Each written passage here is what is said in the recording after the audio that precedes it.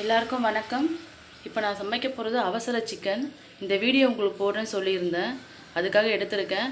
வாங்க அதுக்கு என்னென்ன தேவையான பொருட்கள் பார்த்துக்கலாம். 1/2 கிலோ சிக்கனு மஞ்சத்தூள் உப்பு போட்டு கழுவி வச்சுருக்கேன். இஞ்சி பூண்டு பேஸ்ட்டு 2 ஸ்பூனு, தேங்காய் எண்ணெய், மஞ்சள் தூள், வெறும் மிளகாய் தூள், உப்பு தேவைக்கான யூஸ் பண்ணிக்கோங்க. இது இந்த சைஸ் வெங்காயம், ஒரு 4 வெங்காயம் அரிஞ்சு வச்சுருக்கேன். சின்னதாக இருக்குன்னா 4, நீங்கள் மீடியம் சைஸ் இருந்தால் 3 அரிஞ்சால் போதும். இந்த சைஸ் தக்காளி 3 தக்காளி அரிஞ்சு வச்சுருக்கேன் பொடிசா. 1 ஸ்பூன் சோம்பு, கொஞ்சம் கருவேப்பிலை,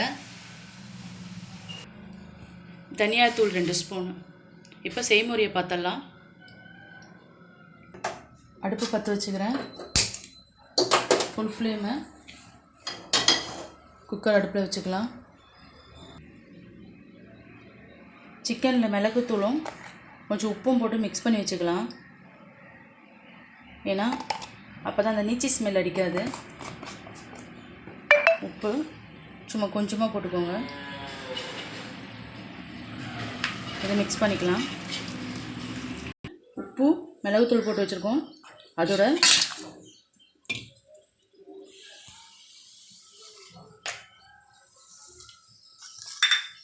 வெங்காயம், இது இப்போ போடும்போது கம்மி வெட்டி வச்ச வெங்காயத்தை இதில் போட்டுக்கலாம். தக்காளி சிக்கனோடு போட்டுக்கலாம். அதோட மற்ற மசாலாவும் ஆட் பண்ணிடுறேன். இஞ்சி பூண்டு பேஸ்ட்டு 2 ஸ்பூன் சொல்லியிருந்தேன். மிளகாத்தூள் 1.5 ஸ்பூனு,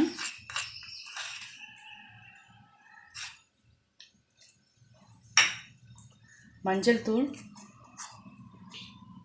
சின்னதில் 1 ஸ்பூனு,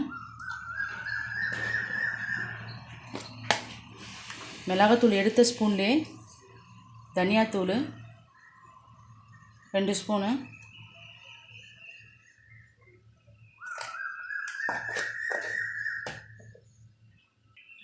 இப்போது மசாலாவுக்கு தேவையான அளவுக்கு உப்பு போட்டுக்கோங்க. அவ்வளோதான். நல்லா இப்போ மிக்ஸ் பண்ணிக்கலாம். அங்கே பாத்திரம் காஞ்சிக்கிட்டு இருக்கு, அது வரைக்கும் அது மிக்ஸ் பண்ணால் போதும். இது ரொம்ப நேரம் ஊறணுன்ற அவசியம்லாம் இல்லை. இது சட்டு நான் ஒரு 1/2 மணி நேரத்துக்குள்ளே செய்கிற சிக்கனை. எண்ணெய் ஊற்றிக்கிறேன். தேங்காய் எண்ணெய். இது தேங்காய் எண்ணெய் இல்லாதவங்க நார்மலாக வீட்டில் எந்த எண்ணெய் யூஸ் பண்ணுறீங்களோ அது யூஸ் பண்ணிக்கோங்க. ஒரு 100 ml ஊற்றிருப்பேன். இது கொஞ்சம் எண்ணெய் இருந்தால் தான் நல்லாயிருக்கும் டேஸ்ட்டு. அதுக்காக காயிட்டும் எண்ணெய். சோம்பு போட்டுக்கலாம். எண்ணெய் காஞ்சிருச்சு. காஞ்ச மிளகா 2 காஞ்ச மிளகா சொல்லியிருந்தேன்.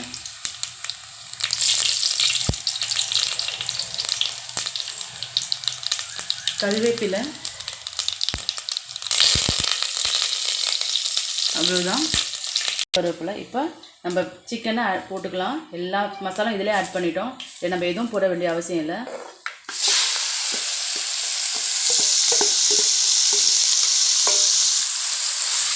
நல்லா மிக்ஸ் பண்ணிக்கோங்க. ஒரு 2 நிமிஷம் வதக்கினா போதும். அதுக்கப்புறம் கொஞ்சம் தண்ணி தெளித்து நம்ம மூடி விட்டுடலாம். நல்லா வதக்கிட்டேன். இப்போயே நல்லா கம்மன்னு வாசனை வருது. போட்ட எண்ணெய் பிரிஞ்சு வந்துச்சு பாருங்கள். நான் வதக்கிற எண்ணெய் 2 நிமிஷம் தான். இந்த அளவுக்கு சுருண்டு வந்திருக்கு பாருங்கள். இப்போது 1/2 டம்ளர் மட்டும் தண்ணி விட்டுக்கலாம். சின்ன டம்ளரு தெரியுதா? சின்ன டம்ளரில் 1/2 டம்ளர் மட்டும் தான் தண்ணி விடுறேன். அவ்வளோதான். அவ்வளோதான். ஒரு 2 பரட்டிட்டு நம்ம குக்கரை மூடிடலாம். வதக்கியாச்சு 2 நிமிஷம். இந்த நேரத்தில் டேஸ்ட்டு பார்த்துக்கோங்க. நான் டேஸ்ட்டு பார்த்துட்டேன்.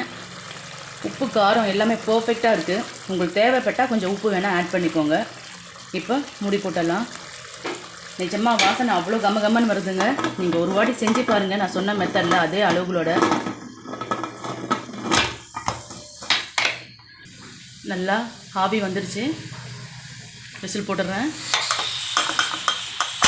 கரெக்டாக 3 விசில் வந்தால் போதும். ஆஃப் பண்ணிவிட்டு நான் ஓப்பன் பண்ணி எப்படி வந்திருக்குன்னு காமிக்கிறேன். ஒரு விசில் வந்துருச்சு, 2 விசிலு,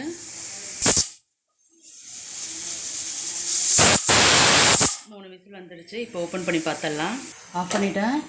இது விசில் அவ்வளோதான், விசில் போயிடுச்சு.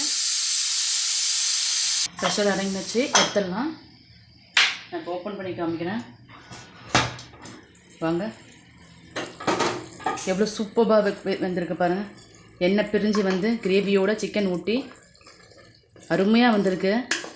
நீங்கள் கண்டிப்பாக ஒரு வாட்டி செஞ்சு பாருங்கள், டேஸ்ட் சூப்பராக இருக்கும். உங்கள் வீட்டில் சொல்லுவாங்க, அதுக்கு நான் கேரண்டி. நான் இப்போ ஒரு பாத்திரத்தில் போட்டு காமிக்கிறேன் உங்களுக்கு.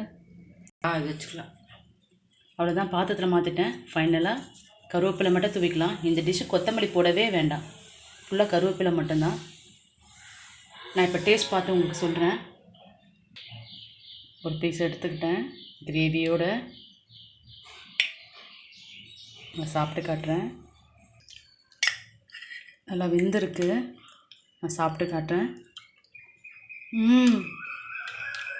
நிஜமாக சொல்கிறேன், நான் சமைச்சேன்ட்டுல இதை நீங்கள் செஞ்சாலுமே கண்டிப்பாக இதே டேஸ்ட்டில் இருக்கும். உப்பு காரம் எல்லாமே டேஸ்ட் பர்ஃபெக்டாக வந்திருக்கு. எனக்காக ஒரு முறை மட்டும் நீங்கள் செஞ்சு பார்த்து எப்படி இருந்தது கமெண்ட்டில் சொல்லுங்கள். இந்த வீடியோ முழுமையாக பார்த்ததுக்கு ரொம்ப நன்றி. அடுத்த ரெசிபி என் வீடியோவில் அடுத்த வாட்டி வரும், கண்டிப்பாக செக் பண்ணி பாருங்கள்.